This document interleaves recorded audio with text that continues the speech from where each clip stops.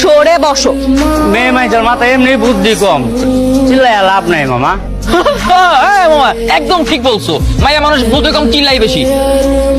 মা, আমি তোমার 10 টাকা ভাড়া বাড়াই দেবো। হ্যাঁ এই তুই তো কথায় কথায় মানুষের দোষ ধরিস, অলওয়েজ আমার দোষ ধরে বেড়াতি। যতদিন তোর সাথে প্রেম করছি একটা দিন আমি শান্তিতে ছিলাম না। আর আমি তো ব্যস্ত ছিলাম তোর সাথে রিলেশনশিপের 2টা বছর। এই 2টা বছর আমার জীবন পুরো তেজপাতা হয়ে গেছিল। আমি প্রতিদিন সুইসাইড করতে চাইছিলাম। আমার তো আমার বহুত বাঁচান। একদম চুপ থাক, মুখ সামলে কথা বল। খবর আছে।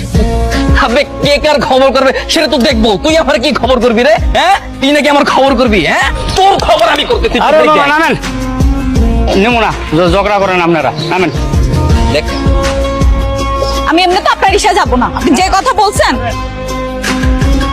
Smile please. হ্যাঁ স্মাইল। হ্যাঁ, এই কে আপনি? আপনি আমাদের ছবি তুলছেন কেন? আজব তো। এই কি সমস্যা তোমার? এখানে কেন? কে আপনি সেটা আপনার না জানলেও হবে। এই যে ছেলেটা আপনার পাশে বসে আছে না, আপনার বর্তমান বয়ফ্রেন্ড। সে কয়দিন আগে আমার এক্স বয়ফ্রেন্ড ছিল, তাই না মিস্টার এক্স বাবু? এই কিসের এক্স? কে বর্তমান বয়ফ্রেন্ড? হ্যাঁ, কি সব উল্টাপাল্টা বলতেছো? নিশি আমার জাস্ট ফ্রেন্ড, আর কিছুই না। ও আচ্ছা, জাস্ট ফ্রেন্ড, তাই না? How sweet, how romantic. তা আমার সাথে যখন রিলেশন ছিল, এই জাস্ট ফ্রেন্ডটা কোথায় ছিল তখন? হুট করে আমার সাথে ব্রেকআপ হওয়ার পর কালবৈশাখী ঝড়ের মতো উদয় হলো, তাই না? এই মেয়ে, ঝড় বলছো কাকে? তুমি জানো আমি কে? কে আপনি? আমি তো জানি না।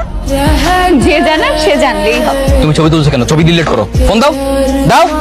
ছবি তো আর ডিলিট হচ্ছে না। I am so sorry. Okay fine. তোমাকে কোন ওষুধ দেওয়া লাগবে আমার খুব ভালো মতো জানা আছে। রিমাইন্ডার, আমার সাথে পাঙ্গানে তাই শোনো।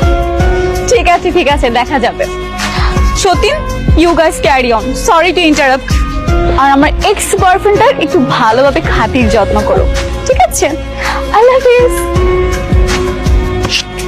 হঠাৎ করে ফুচকা খাওয়াতে চাচ্ছ কেন বলো তো? না, কোনো মতলব নেই।